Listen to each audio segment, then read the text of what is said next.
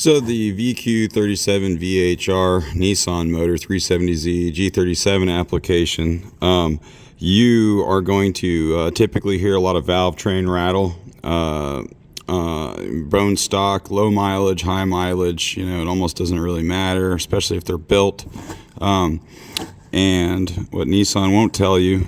So if you look in the factory service manual, you'll realize that Nissan tells you never to remove the VVEL stepper motor that controls the secondary cam for intake. And it also tells you to absolutely never remove the tower system. And it also tells you even furthermore to never disassemble the VVEL system itself. And I'll probably tell you why. So I think that the reason that they said that is this lower set screw on the mechanism backs out.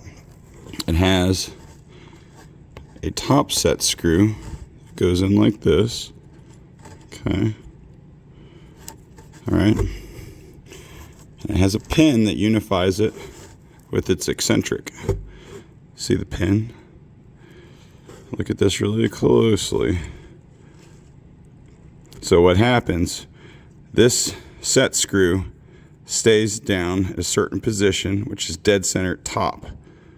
This pin sits in here like this. Okay, so you can see the lower set screw backs out, and you can only imagine if it was running how loud that would be.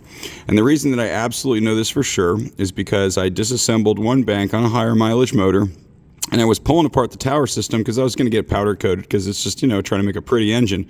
And what I found was that on bank 1, pins just slid out. On bank 2, they wouldn't come out. So that's an indication to me that bank 2 was set in place like it was supposed to. Bank 1 had rattled itself back out.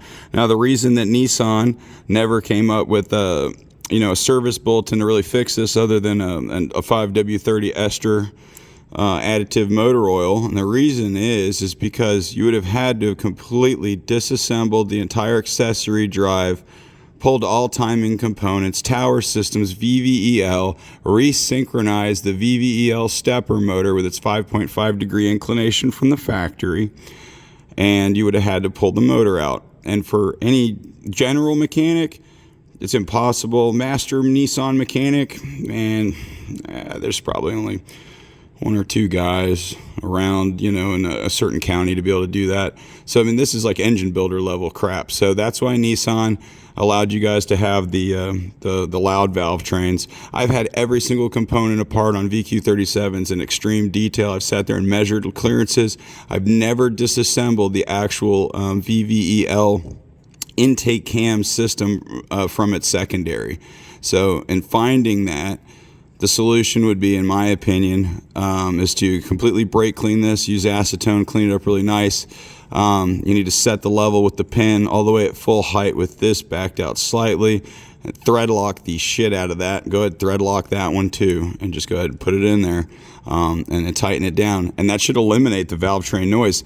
This is only going to be an option if you are fully building your engine. If you're doing a forged internal engine and you set the lash and everything's great and you still don't understand why you have a little bit of valve train rattle, this is it. This is the problem. It's this guy right here. Good luck with that, guys.